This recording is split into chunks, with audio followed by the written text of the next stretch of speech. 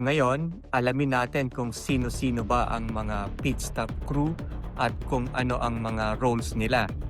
Una nating tatandaan, sa bawat Formula 1 team, hanggang 20 na pit stop crew lang ang pinapayagan. Yung leader ng isang pit stop crew ay tinatawag na pit stop crew chief or yung over-the-wall coordinator. Yung crew chief, he makes sure na ready yung bawat member ng kanyang team, and he has to coordinate sa pit wall kung ano yung magiging tire set ang ipapalit nila at yung mga wings adjustment na kailangan gawin pag pumasok na yung kotse doon sa box. And syempre, kailangan super synchronize yung kanilang paggalaw. In charge din yung crew chief na mag-train at mag-practice ng paulit-ulit during the race weekend para maging muscle memory na yung bawat galaw nila. Pag pumasok na yung kotse sa box, ang unang gagalaw dyan are the front jackman, yung rear jackman, and then yung mga side stabilizer. Yung front jackman, siya yung nagaangat ng unahang bahagi ng kotse para mapalitan yung front tires, and then yung rear jackman naman, siya yung nagaangat ng likod ng kotse para mapalitan yung rear tire. And syempre, nandyan yung dalawang stabilizers para hindi masyadong gumalaw yung kotse habang pinapalitan yung gulong. Sa wheel change naman, meron tayo 12 crew, 4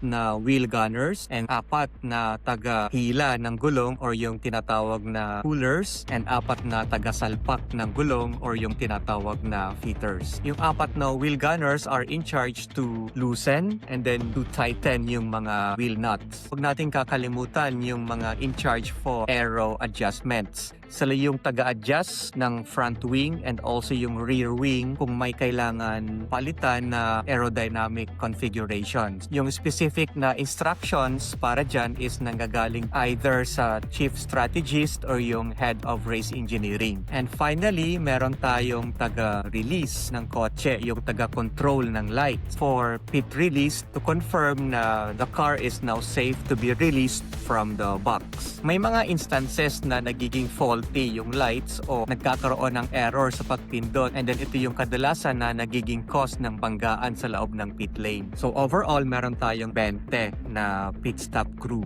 Pero hindi lang yan, meron tayong mga backup na mga crew to ensure yung safety. Usually, sila yung tinatawag na behind the wall. During an active pit stop, bawal silang tumawid papunta doon sa box. Except yung mga tire runners. So sila yung taga-bitbit ng bagong tires at sila din yung taga-buhat ng mga nagamit ng mga tires pabalik doon sa garahe. In addition to them, meron tayong mga fire marshal. Usually, 2 fire marshals for every team. Meron din tayong mga backup na mga jack operators tsaka yung mga wheel gunners. And just in case magkaroon ng incident sa track na kailangan palitan yung front wing, meron din tayong mga crew na tagadala ng bagong front wing na isasalpak doon sa kotse. And usually per team, ang inaalaw na behind the crew members is between 6 to 12. So ayan, ngayon alam niyo na. And hopefully kapag nanonood kayo na Formula 1 race during a pit stop, mabilis nyo nang makikilala yung bawat member ng isang pit stop crew. Next natin pag-uusapan is magkano ba ang sinasahod ng mga mechanics na to at mga pit stop crew.